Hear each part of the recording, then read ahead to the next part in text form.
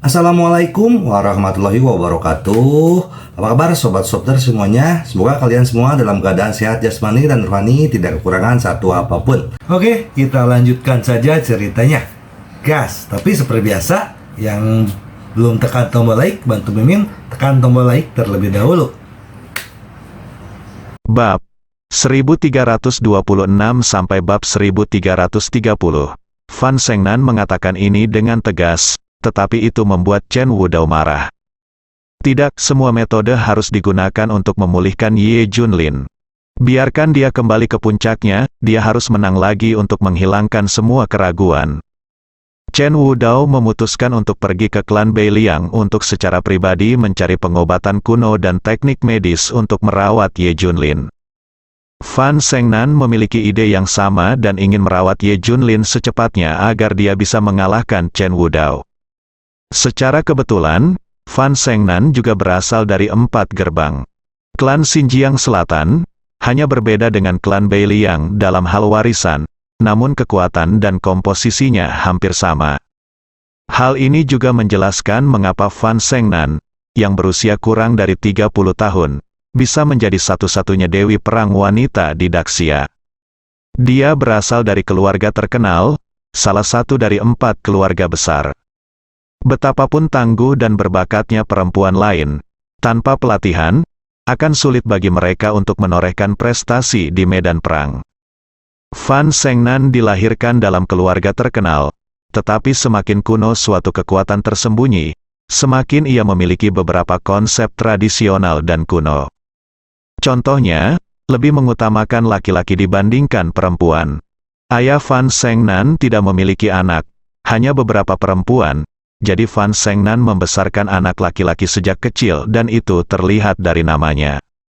Namun sekeras apapun Fan Zhengnan berusaha, dia tidak bisa memenangkan hati para pejabat senior di Xinjiang Selatan. Saya selalu merasa dia lebih rendah dari laki-laki.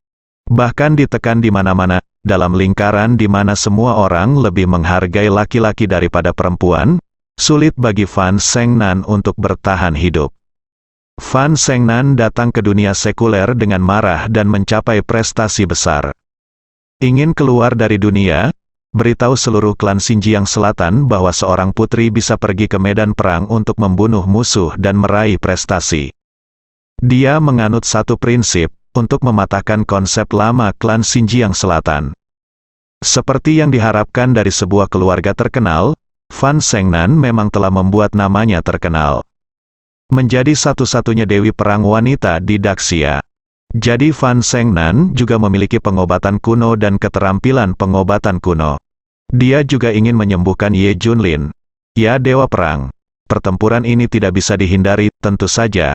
Kamu harus menjadi lebih baik dulu, dan aku akan membantumu. Tampaknya Chen Wudao juga akan membantumu, kamu akan segera sembuh. Mungkin segera. Fan Zhengnan sepertinya penuh dengan Ye Junlin. Percaya diri, Chen Wudao segera berkata, "Oke, sudah beres, saya akan melakukan yang terbaik untuk merawatnya, lalu kita akan bertarung secara adil dan adil." "Ya, sudah beres," Fan Zhengnan mengangguk. Ye Junlin benar-benar terdiam, memutuskan untuknya. Dia belum berbicara, "Jangan khawatir, saya akan mendukung Anda sepenuhnya, jika saatnya tiba, Anda dapat mengambil alih gelar Dewa Perang." Fan Zhengnan tersenyum pada Ye Junlin dengan senyum lembut di wajahnya. Adegan ini membuat Chen Wudao dan yang lainnya tercengang. Dia sudah mengenal Fan Zhengnan sejak lama. Kemanapun gadis ini pergi, bukankah dia selalu kedinginan? Dia mempunyai sikap dingin terhadap semua orang. Dia hanya tersenyum pada Ye Junlin, masih mendukungnya seperti ini. Chen Wudao mengepalkan tinjunya erat-erat dan kukunya menusuk dagingnya, hampir berdarah. Ye Junlin juga penasaran. Wanita ini sangat menghidupi dirinya sendiri. Dia hanya bertemu dengannya sekali. "Dengarkan perintahku, Chen Wudao dan Fan Zhengnan akan memimpin anak buahnya untuk memberi penghormatan kepada Raja satu kata. Dia punya instruksi penting, pada saat ini, Yan Longwei menyampaikan perintah tersebut. Lagi pula, saat Raja Yizi menjabat, dia ingin bertemu dengan bawahannya. Dapatkan pesanannya, keduanya pergi setelah menerima pesanan. Tapi sebelum pergi, Fan Shengnan berkata kepada Ye Junlin, "Tunggu di sini sebentar, dan aku akan datang kepadamu setelah aku selesai." Hah, Ye Junlin tampak penasaran. Bukankah Dewi Perang wanita terkenal itu dingin dan kejam? Ye Junlin muncul sebagai raja satu kata. Selain bawahan lamanya, ada juga Chen Wudao, Fan Shengnan dan lainnya. Semua orang diyakinkan oleh raja satu kata ini. Semua orang ingin tahu seperti apa wajah di balik topeng Yanlong. Saya hanya punya satu tujuan memanggil Anda bersama. Saya memperingatkan Anda, gunakan waktu dan energi Anda di jalan yang benar dan jangan sia-siakan untuk hal-hal yang tidak penting. Sebagai dewa dan raja perang di Gritsia, tujuan Anda adalah untuk melindungimu. Daxia, lindungi gunung dan sungai, jangan lakukan hal-hal lain yang tidak perlu. Fan Shengnan dan Chen Wudao tercengang ketika kata-kata raja satu sisi demi sisi keluar. Yang lain tidak merasa banyak ketika mendengar ini. Ketika kedua orang itu mendengar ini, mereka merasa terkejut. Bukankah mereka hanya melakukan sesuatu yang tidak relevan? Membuang-buang waktu dan energi untuk Ye Junlin. Sepertinya ini yang dia bicarakan, tidak. Hanya untuk memperingatkan mereka, tapi inilah yang baru saja terjadi. Bagaimana Raja Yizi berdampingan tahu? Semacam rasa takut menghampiriku. Mungkinkah dia sedang diawasi? Mereka sedikit lebih penasaran tentang Raja berdampingan, dan pada saat yang sama sedikit lebih yakin. Ye Junlin benar-benar tidak ingin kedua orang ini menyia-nyiakannya. Jadi dia hanya bisa menggunakan metode ini untuk mengingatkan mereka. Namun tentu saja mereka berdua tidak akan menyerah dalam hal ini. Jika ada misi, saya akan memberitahu Anda dengan cara yang spesifik. Oke, ayo pergi. Ye Junlin segera pergi setelah menginstruksikan semua orang. Chen Wudao, bukankah kamu selalu memberontak? Apakah kamu tidak mematuhi siapapun? Apakah kamu takut sekarang? Fan Shengnan mencibir.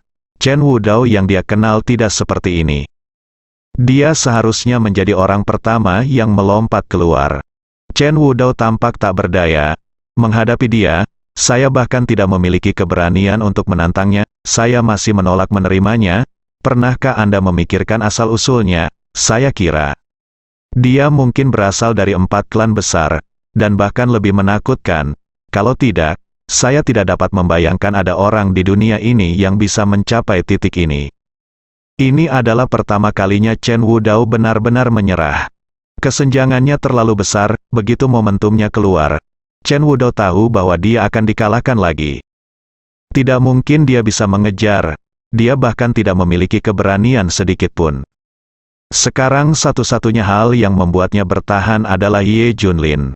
Ini adalah satu-satunya tempat di mana dia dapat menemukan rasa keberadaan. Kamu tahu apa yang terjadi? Fan Shengnan mendengus dingin dan bersiap untuk pergi. Tunggu sebentar, kenapa kamu begitu mendukung Ye Junlin? Chen Wudao bertanya, dia sedikit tidak senang. Dalam hal persahabatan, dia dan Fan Shengnan memiliki hubungan yang lebih dalam. Mengapa Fan Shengnan sangat mendukung Ye Junlin meskipun dia hanya bertemu Ye Junlin sekali? Hal ini membuatnya sangat tertekan. Kamu tidak mengerti. Fan Shengnan meninggalkan satu kalimat dan pergi. Sisi lain, Ye Junlin dan Bei Tianwang kembali ke Jiangbei. Karena upacara raja, rute pribadi tidak diperbolehkan. Jadi keduanya kembali ke Jiangbei, di dalam mobil. Ye Junlin tersenyum, sekarang lebih baik. Selain istana Zentian, saya punya izin lain, bahkan lebih nyaman untuk melakukan sesuatu. Ye Junlin sudah merencanakan apa yang harus dilakukan selanjutnya. Terutama yang terbesar di Daxia, bahaya tersembunyi telah ditemukan dan rahasia di balik kebangkitan Istana Raja Darah terungkap. Lambat laun di malam hari, mobil melaju ke tempat terpencil. Raja Beitian juga menjadi waspada. Boom. Pada saat itu, 2 batu besar tiba-tiba jatuh dari pegunungan di kedua sisinya, menuju ke arah mobil. Ye Junlin tersenyum, oh, seseorang menyergapku di sini, menarik. Bei Tianwang menggunakan keterampilan mengemudinya yang luar biasa untuk menghindari 2 batu besar, tetapi jalan di depan juga diblokir. Saat berikutnya, Sosok muncul di sekitar mereka. Mereka sengaja mendatangi Ye Junlin. Meskipun Ye Junlin terlihat seperti orang biasa di permukaan, dia adalah dewa perang Kunlun. Siapa yang berani menyentuhnya di Daxia, tapi seseorang ingin menyentuhnya. Siapa orangnya? Beberapa orang memiliki aura yang tertahan, namun aura tersebut mengandung kekuatan yang melonjak seperti laut. Tingkat guru besar, beberapa dari mereka adalah pakar tingkat master. Tidak lebih lemah dari keberadaan Fu Shenlin. Klan Beiliang. Karena Ye Junlin merasakan aura yang sama dengan Chen Wudao dari mereka. Itu sudah pasti, kelompok orang ini berasal dari keluarga Beiliang. Apakah kamu mengenalku? Ye Junlin bertanya. Pemimpinnya berkata dengan dingin, tentu saja, mantan dewa perang Kunlun, Ye Junlin. Mengapa kamu datang kepadaku? Ye Junlin bertanya. Kami di sini untuk menyelidiki suatu masalah. 5 anggota klan Beiliang, kami meninggal dengan tidak bersalah di ibu kota, pembunuhnya belum ditemukan. Tapi alasan mengapa mereka berlima keluar ada hubungannya dengan Anda. Jadi kami datang ke sini untuk bertanya Anda secara khusus, apapun yang kami tanyakan. Apa yang Anda jawab, apakah Anda mengerti? Para murid klan Beiliang semuanya mengesankan dan merendahkan. Apakah Fu Shenlin sudah mati? Ya, benar, kamu benar-benar tahu. Semua orang di klan Beiliang memiliki cahaya dingin di mata mereka. Ye Junlin tersenyum dan berkata, kalau begitu kamu bertanya pada orang yang tepat, aku membunuhnya. Apa? Dia terus mati tanpa mengatakan apapun yang mengejutkan, dan beberapa anggota klan Beiliang menjadi gila. Mereka menyelidikinya untuk waktu yang lama, tetapi tidak berhasil. Saya ingin menangkap Ye Junlin dan menanyainya untuk mengetahui apakah saya bisa mendapatkan petunjuk. Tapi siapa sangka Ye Junlin akan menjadi pembunuhnya begitu dia digali. Betapa tidak masuk akalnya, beraninya kamu membunuhku, anggota keluarga Beiliang. Beberapa orang langsung menunjukkan ekspresi marah dan menatap Ye Junlin. Fu Shenlin berkolusi dengan pengkhianat dan merugikan rakyat kita di Daxia. Dia juga mencoba mempengaruhi posisi dewa perang melalui cara, dia pantas mendapatkannya. Ye Junlin memelototi semua orang, saya, anggota klan Liang Utara, masih harus mematuhi peraturan dan ketentuan ini. Ya, kita bisa melakukan apapun yang kita inginkan. Beberapa orang sombong dan mendominasi, itu gaya keluarga kaya. Jadi kamu tidak memiliki hukum raja, apakah kamu tidak memiliki Daxia di matamu? Ye Junlin bertanya dengan dingin. Fa, kami adalah Huang Fa, berhenti menggunakan aturanmu untuk membatasi kami, tidak ada seorang pun di dunia ini yang bisa membatasi kami. Sikap klan Beiliang tegas. Ye Junlin bahkan lebih marah lagi. Selama kamu berada di tanah Daxia, kamu harus mematuhi semua yang ada di Daxia, ini minimumnya. Kepatuhan bukanlah apa-apa, ini adalah era yang lemah dan yang kuat. Siapapun lebih kuat memiliki keputusan akhir. Itu dia. Apakah dunia sekuler juga ingin mengendalikan kita? Jika ada murid tingkat menengah kita yang turun dari gunung, mereka akan menjadi dewa perang, itu saja.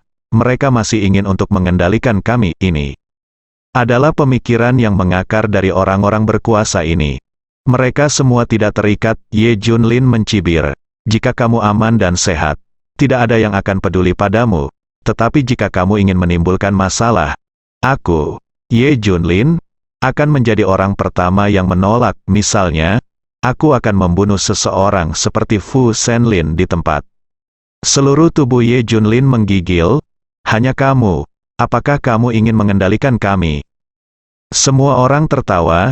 Belum lagi Ye Junlin berasal dari latar belakang yang sederhana dan tidak memiliki latar belakang atau sumber daya yang baik. Katakan saja dia begitu sombong sekarang karena dia jelas-jelas orang yang tidak berguna. Mencari kematian, bunuh dia dan hidupkan kembali.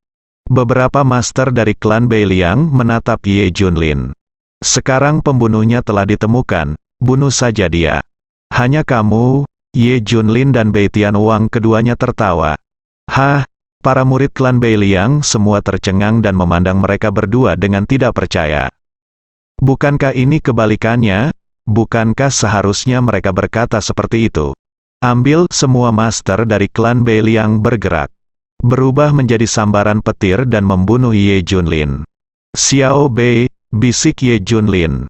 Pada saat yang sama, dia menyalakan sebatang rokok dan menghisapnya. Para penguasa klan Beiliang berperang melawan Raja Beitian. Kedua belah pihak bertarung sengit, tetapi tidak ada seorang pun dari keluarga Beiliang yang bisa mendekati mobil itu. Kali ini, selusin ahli dari klan Beiliang sedang mencari masalah ini. Melihat betapa menakutkannya Beitian Wang, semua master dalam kegelapan muncul bersama. Ya Tuhan, apa-apaan ini, sialan. Seruan bawah sadar mencerminkan keterkejutan batin para penguasa klan Beiliang. Mereka tidak akan pernah mengira bahwa akan ada tuan yang begitu menakutkan di dunia bawah di mata mereka. Itu sungguh menakutkan. Raja Beitian bertanggung jawab atas pembunuhan tersebut, dan kekuatannya sekuat gunung dan laut, mengalahkan selusin penguasa klan Beiliang hingga mereka bahkan tidak bisa bernapas. Pertarungan antara kedua belah pihak menjadi sengit. Ye Junlin perlahan menghabiskan rokoknya. Bang! Bang! Setelah menghisap rokok terakhir, penguasa terakhir klan Beiliang terjatuh ke tanah. Menakjubkan, hal ini membuat orang-orang berbakat seperti klan Beiliang tidak dapat menerima bahwa keberadaan mengerikan seperti itu ada di dunia. Mengalahkan mereka sambil digantung, pantas saja Fu Shenlin dan yang lainnya meninggal. Jadi ada master seperti itu di sekitar Ye Junlin. Untuk sementara waktu, mereka menganggap Beitian Wang sebagai pengawal Ye Junlin. Bagaimanapun, Ye Junlin telah duduk di kursi roda dan tidak menunjukkan kelainan apapun. Tuan Istana, saya telah mengirim orang untuk mengambilnya kembali. Raja Beitian menyekat tangannya. Ye Junlin menggelengkan kepalanya, tidak biarkan mereka pergi. Hah? Klan Beiliang semua tercengang, biarkan mereka pergi. Apakah ini di luar pikiranmu? Apakah kamu tidak takut membiarkan harimau itu kembali ke gunung? Begitu klan Beiliang mengetahui masalah ini, mereka pasti akan melanjutkannya sampai akhir. Beraninya dia membiarkan orang seperti dia kembali. Ye Junlin memandang mereka dan mencibir, kembalilah dan beritahu orang-orang berkuasa di Beiliang bahwa kamu harus mematuhi segala sesuatu di Daxia. Jika kamu melanggar aturan, kamu harus menanggung konsekuensinya. Aku, Ye Junlin, berkata begitu. Oke, kami akan menyampaikan kata-katanya apa adanya. Ye Junlin, tunggu saja sampai mati. Jangan berpikir bahwa dengan tuan seperti itu di sampingmu, kamu bisa menghukum siapapun. Latar belakang klan Beiliang lebih baik dari yang kamu kira, terlalu sulit untuk menjadi lebih kuat, dan ada banyak sekali master seperti itu. Tunggu saja bencana terjadi, klan Beiliang tidak akan pernah membiarkanmu pergi. Sekelompok orang berteriak dan pergi. Saya benar-benar tidak menyangka bahwa orang cacat seperti Ye Junlin akan memiliki tuan yang melindunginya. Iya, orang ini dapat mencapai posisi yang sangat tinggi bahkan di klan Beiliang. Bagaimana dia bisa menjadi pengawal di samping Ye Junlin? Apa? Ye Junlin dulunya memiliki prestise yang tinggi. Jadi tidak mengherankan jika dia memiliki master yang mengikutinya. Di mata semua orang, Ye Junlin tetaplah orang yang tidak berguna. Alasan mengapa dia sombong adalah karena Raja Utara ada di sana. Ayo segera kembali dan beritahu guru dan yang lainnya segalanya. Anggota keluarga Beiliang akan segera lahir. Jika waktunya tiba, kita akan mengorbankan Ye Junlin ke surga. Sekelompok orang pergi dengan tergesa-gesa. Beitian Wang memandang Ye Junlin dengan sedikit kebingungan. Mengapa membiarkan mereka kembali? Ye Junlin tersenyum. Bahaya tersembunyi di Daxia terletak pada kekuatan dalam kegelapan. Yang terbaik adalah membiarkan mereka muncul ke permukaan. Beitian Wang segera mengerti. Tuan Istana, Anda ingin klan Beiliang dilahirkan terlebih dahulu. Dengan cara ini, kekuatan lain dalam kegelapan akan muncul ke permukaan, satu persatu, lalu kita akan memberantas yang besar, akan lebih mudah menemukan bahaya tersembunyi di Xia. Ye Junlin mengangguk, ya, itu kebenarannya, biarkan mereka muncul dulu, baru kita bisa menyelidikinya. Tentu saja, Ye Junlin memiliki arti lain, sebagai Daxia rakyat harus menerima aturan Daxia. Dia sekarang semakin curiga bahwa bahaya tersembunyi di Daxia yang disebutkan oleh Yan Longwei adalah kekuatan tersembunyi ini. Mereka kuat, penuh rahasia, dan tidak terikat. Merekalah yang paling mungkin melakukan serangkaian hal yang mengancam Daxia.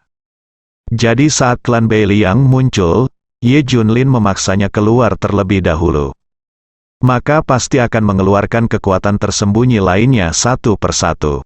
Maka akan mudah untuk memeriksanya. Bagaimanapun, ini adalah misinya, untuk melenyapkan semua orang dan kekuatan yang mengancam Daxia. Akhirnya, Ye Junlin tiba di Jiangbei. Li Ziran mengajak Junjun menjemputnya di pintu. "Ayah, aku melihatmu di TV." Junjun melemparkan dirinya ke pelukan Ye Junlin. Li Ziran dan Zhou Yingning tampak tidak berdaya. Anak itu terus berkata bahwa yang dilihatnya adalah Ye Junlin. Mereka juga tidak berdaya. Ye Junlin tersenyum dan berkata, "Ayah juga melihatmu." "Benarkah?" Junjun tampak sangat bersemangat. "Ayah juga membawakanmu hadiah, Xiao Bei, bawakan." Perintah Ye Junlin, Raja Beitian mengeluarkan 3 kotak hadiah dari mobil. Ini adalah oleh-oleh dari upacara raja, dan semua tamu yang hadir akan memilikinya. Ye Junlin mengambil 3 salinan dan memberikannya kepada Junjun dan Li Ziran sebagai hadiah. Souvenirnya meliputi beberapa medali peringatan dan album bergambar. Biayanya sangat rendah, tapi tak ternilai harganya. Uang tidak bisa membelinya kembali. Tidak berlebihan jika dikatakan bahwa satu set kotak kado untuk upacara raja berharga 100 juta, dan pasti akan ada orang yang mengantri untuk membeli dan mengoleksinya. Lagi pula, hal ini sangat langka, Anda tidak bisa membelinya sama sekali. Hanya diberikan kepada mereka yang pergi untuk menonton hadiahnya. Junjun melihat-lihat kotak hadiah dan sangat bersemangat. Li Ziran dan Zhou Yingning juga sangat senang. Ini adalah kejayaan mereka dan sesuatu yang layak dikoleksi seumur hidup. Li Ziran tersenyum. "Saya merasa sangat lega. Tampaknya perjalanan Ye Junlin ke ibu kota tidak sia-sia. Saya juga membawa kembali oleh-oleh. Orang-orang itu masih sangat manusiawi." "Bukankah kamu palsu?" teriakan dingin terdengar. "Saya melihat Zhao Junfei datang ke lapangan. Suamiku membawakanku oleh-oleh, beraninya kamu bilang itu palsu?" Li Ziran berteriak dengan marah. "Li Ziran, apakah kamu juga menonton siaran langsungnya?" Tidak banyak tamu yang menonton upacara tersebut, dan semua orang memiliki kamera. "Tetapi apakah kamu melihat Ye Junlin?" tanya Zhao Junfei. "Aku." Li Ziran terdiam. Dia benar-benar tidak melihatnya. "Junjun melihat ayah." "Junjun melihatnya," teriak Junjun. Selir Zhao Jun mendengus dengan nada menghina. "Li Ziran, lihat sendiri, anak-anak telah dididik seperti ini. Berbohong dengan mata terbuka, itu cukup bisa diterima." Li Ziran juga terlihat sangat jelek. Memang benar, Junjun kini mengatakannya saat bertemu orang. Dia mendidiknya, dan Junjun menjawab bahwa anak-anak tidak boleh berbohong.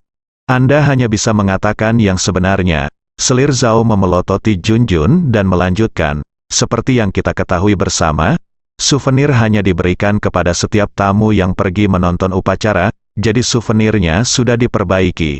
Sebaliknya, Ye Junlinmu tidak muncul di platform tontonan, di mana apakah oleh-olehnya berasal, itu pasti palsu." Zhao Junfei mencibir. "Ye Junlin, kamu hanya punya trik kecil ini," bersambung.